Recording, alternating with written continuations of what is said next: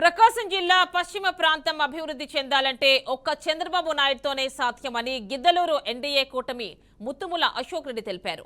జగన్ పాలనలో అంతా నాశనమైపోయిందని ఎద్దేవా చేశారు. సార్వత్రిక ఎన్నికల ప్రచారంలో భాగంగా స్థానిక విట్టా సుబ్బరత్న కళ్యాణ మండపంలో కూటమి నేతల సమావేశం జరిగింది.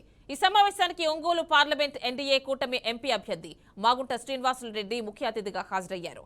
ఎన్డీఏ కూటమి అభ్యర్థులను గెలిపిస్తే వెలిగొండ ప్రాజెక్టు పూర్తి చేయడంతో పాటు కరువు ప్రాంతంగా పిలుస్తున్న పశ్చిమ ప్రాంతాన్ని సస్యశ్యామలం చేస్తామన్నారు.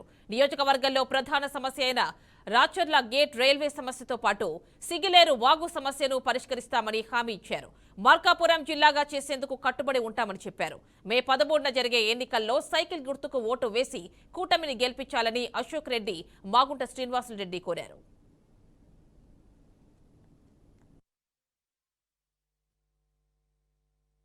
చెప్పిన అభివృద్ధి వెలుగొండ ప్రాజెక్టులో కాకర్ల గ్యాప్ అనేది ఎంతో ముఖ్యమైనది.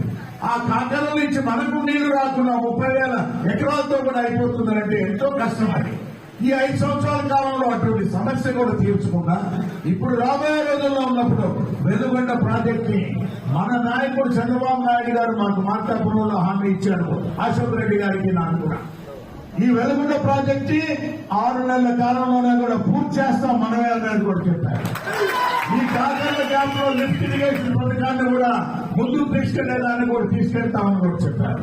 అదేవిధంగా ఇంకా పెద్దది ఏంటంటే జిల్లా కేంద్రం మార్కాపురం అనేది ఎంత విలువైనది. వారు రాగానే 2 నెలల కాలంలోనే ఆ ప్రక్రియను కూడా మొదలు పెడతామన్నారు. మార్కాపురం జిల్లా అయితే ఈ ప్రాంతాల అభివృద్ధి ఏముంటుందో కూడా మీకు తెలుసు. అదేవిధంగా రైల్వే విషయాలనేది చూస్తే ప్రధానమంత్రి కూడా మోడీ గారితో కలిసి మీదట మన రాచర్ల గేటు అనేది చాలా ఇంపార్టెంట్. దానిని ఎన్నో సంవత్సరాలుగా మనం ఆ గేటును తీసివేసి అదే railway over bridge under bridge కావాలని ఆలోచిస్తున్నాం.